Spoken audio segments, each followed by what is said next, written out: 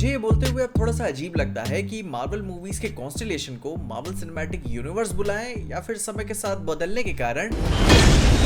अब इसे Marvel cinematic multiverse बुलाएं। खैर, अब दोनों को ही एक साथ क्यों नहीं बुला सकते, जरूरी थोड़ी ना है कि एक कॉन्सेप्ट को ही पकड़ के चले। एंड इसी आइडिया को ध्यान में आगे रख के चलना, पिछले कुछ टाइम से मार्वल अब अपनी हर मूवी में कोई ना कोई एक नया ऐसा मल्टीवर्स का रूल इंट्रोड्यूस कर दे रहा है जिसकी वजह से पीरियोडिक टेबल में किसी नए एलिमेंट के आने की वजह से पूरा टेबल ही हिल जाता है। जिसको समझते हुए अब अपने रॉबर्ट डाउनी जूनियर का एमसीयू में एज डॉक्टर डूम भी स्वागत करते हुए इसके एंकर बिंग वाले सब्जेक्ट को क्लैरिफाई करते हैं, जो कि भाई डेडपूल एंड वुल्वरीन मूवी में इंट्रोड्यूस किया गया है। क्योंकि क्या पता एमसीयू अपने डॉक्टर डूम मूवी से या फिर किसी और नई मूवी से कुछ टाइम को लेकर कोई नया कॉन्सेप्ट इंट्रोड्यूस कर दे, क्योंकि कैंग वाली कहानी को अब वो स्क्रैप करने वाले हैं, जिससे हमारी एमसीयू के time travel, multiverse, universe, timelines की पूरी अंडरस्टैंडिंग ही बदल जाए। जहां भाई सबसे पहले अपने नेक्सस बीइंग और एंकर बीइंग्स सेम नहीं है, जिसपे से एमसीयू के नेक्सस बीइंग्स और मार्वल के नेक्सस बीइंग्स बिल्कुल अलग हैं। जहां भाई सबसे जरूरी डेडपूल एंड वुल्वरीन मूवी से एंकर बीइंग्स के एमसीयू में रहना एक क्रिटिकल एग्जिस्टेंस को शो करता है अपने सोलो यूनिवर्स में, जहां उन एंकर बीइंग्स के वेरिएंट्स बाकी यूनिवर्स में एग्जिस्ट करते हैं, लेकिन जैसे जस्ट फॉर एग्जांपल डेडपूल के यूनिवर्स जैसे एंकर बीइंग्स वो नहीं होते।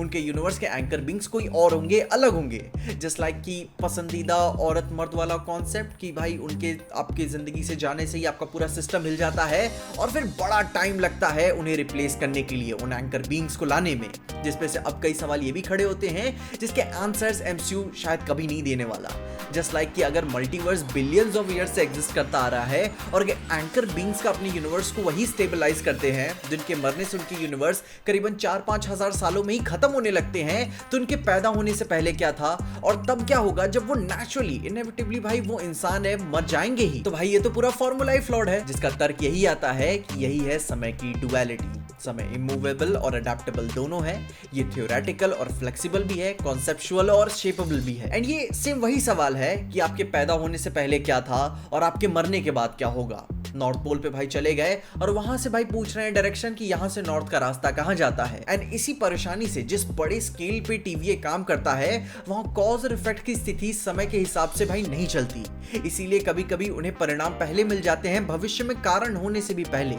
एक एंकर बीइंग की एग्जिस्टेंस या उसकी कमी का प्रभाव उसके पूरे समय रेखा पे पड़ती है, जिसको प्रोफेशनली रिस्पॉन्सिबली शायद टीवीए फॉलो करता ही है, क्योंकि वो भी एक कहानी को फॉलो कर रहा है कि हमारे नैरेटिव को फॉलो करके आगे चलो वरना पेले जाओगे अपने आप। इसमें हमारा भी कोई दोष नहीं होगा, क्योंकि वो भी एक स्टोरी को ही फॉलो करते आ रहे हैं। एंड इसीलिए उनका मोटो है at all time, at all once and always forever. जिसपे से ध्यान देने वाली बात यही है कि अर्थ 10005 का वुल्वरीन डेडपूल के किसी और फ्यूचर से बिलोंग करता है, परंतु फिर भी डेडपूल के प्रेजेंट में टेक प्लेस कर रहा है, जहां उसके यूनिवर्स का एंड एक फैक्ट और तथ्य के रूप में बताया गया है, ना कि किसी संभावना और निश्चितता के तौर पे। एंड इसीलिए एक एंकर बीइंग की लाइफ कब शुरू होती है या खत्म होती है ये इंपॉर्टेंट नहीं है, उनके यूनिवर्स में एग्जिस्टेंस की रियलिटी एक एग्जिस्टेंशियल कॉन्सेप्ट है, जो कि भाई समझ सकते हो स्पेस और टाइम से भी ऊपर जाता है, जो कि इन लॉस के ऊपर भी एक लॉ लगाता है, जिसके कारण ये अपनी यूनिवर्स को स्टेबलाइज रखते हैं। जहां पे फिर ही हू रिमेन्स एंड तुम, मैं और राइटर्स की बारी आती है, जिसके साथ साथ अब ये भी तर्क आता है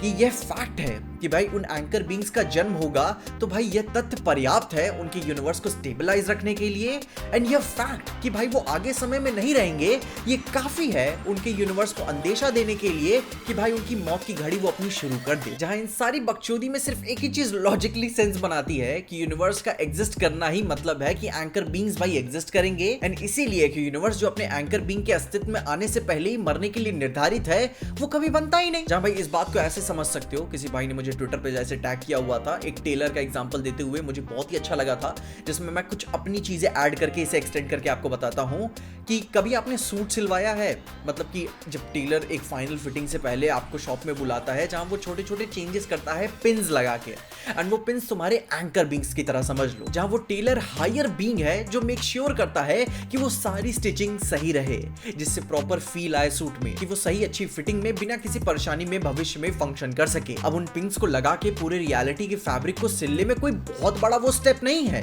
पर जरूरी तो ही है एक फाइनल टचअप देने के लिए। जहां उन पिन्स की लेंथ भी छोटी होती है, बटन्स की तरह वो हमेशा सूट में रहते भी नहीं है और एक समय के बाद निकाल भी दिए जाते हैं फाइनल स्टिचिंग से पहले।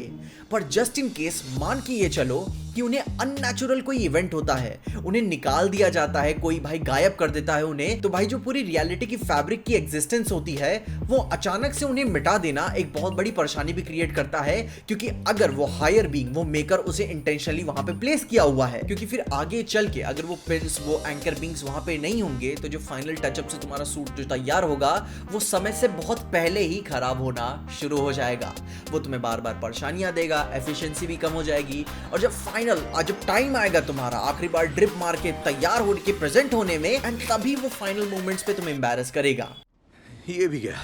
एंड ये एंकर बीइंग्स को लेकर मैं परफेक्ट एनालॉजी मानता हूं, मुझे पर्सनली बहुत पसंद आई, जहां पे भाई मेटाफोरिकली भी केविन के मूवी यूनिवर्स के जो एंकर बीइंग थे वो आरडीजे थे। उनके जाने से उनका पूरा मूवी यूनिवर्स ही डिसइंटीग्रेट होना शुरू हो गया था धीरे धीरे, समय से बहुत पहले ही, बट अब वो उसे रीइंट्रोड्यूस करके ले आया है, रिप्लेस करके डॉक्टर डूम बनाकर। तो भाई अभी हम उम्मीद कर सकते हैं कि जैसे रॉबर्ट डाउनी जूनियर ने एमसीयू को शुरू किया हुआ था और बताया था कि काफी लंबे समय तक चलेगा, बट वो जब उनके जाने के बाद ये लग रहा था कि अब भाई समय से पहले ही वो खत्म हो जाएगा, पर अब डॉक्टर डूम आ चुके हैं तो वो लग रहा है कि अब सही डायरेक्शन में एटलीस्ट सही एंडिंग देंगे, जिसकी वजह से एक नया भविष्य भी एक नए डायरेक्शन में हम शुरू कर सकते हैं। बट इस बार वो किसी हीरो साइड से नहीं बल्कि विलन साइड से शुरू होगा। एंड अब आई नो कि वीडियो थोड़ी सी कॉम्प्लिकेटेड रहेगी, टाइम स्पेस के बारे में ऐसे डिस्कस करना थोड़ा सा कॉम्प्लिकेटेड रहता ही है। बाकी तुम अपनी एनालॉजीज एंड जो भी तुम्हारी अंडरस्टैंडिंग है, डिटेल्स है, उनके बारे में मुझे कमेंट जरूर बताना। हम ऐसे एमसीयू के टाइम ट्रैवल, यूनिवर्सेस, टाइमलाइंस के बारे में और भी बात करना पसंद करेंगे, जैसा तुम्हें पसंद आएगा। बाकी अपनी ओपिनियंस में कमेंट जरूर बताना, और तब तक के लिए देखते रहना पीजे एक्सप्लेन।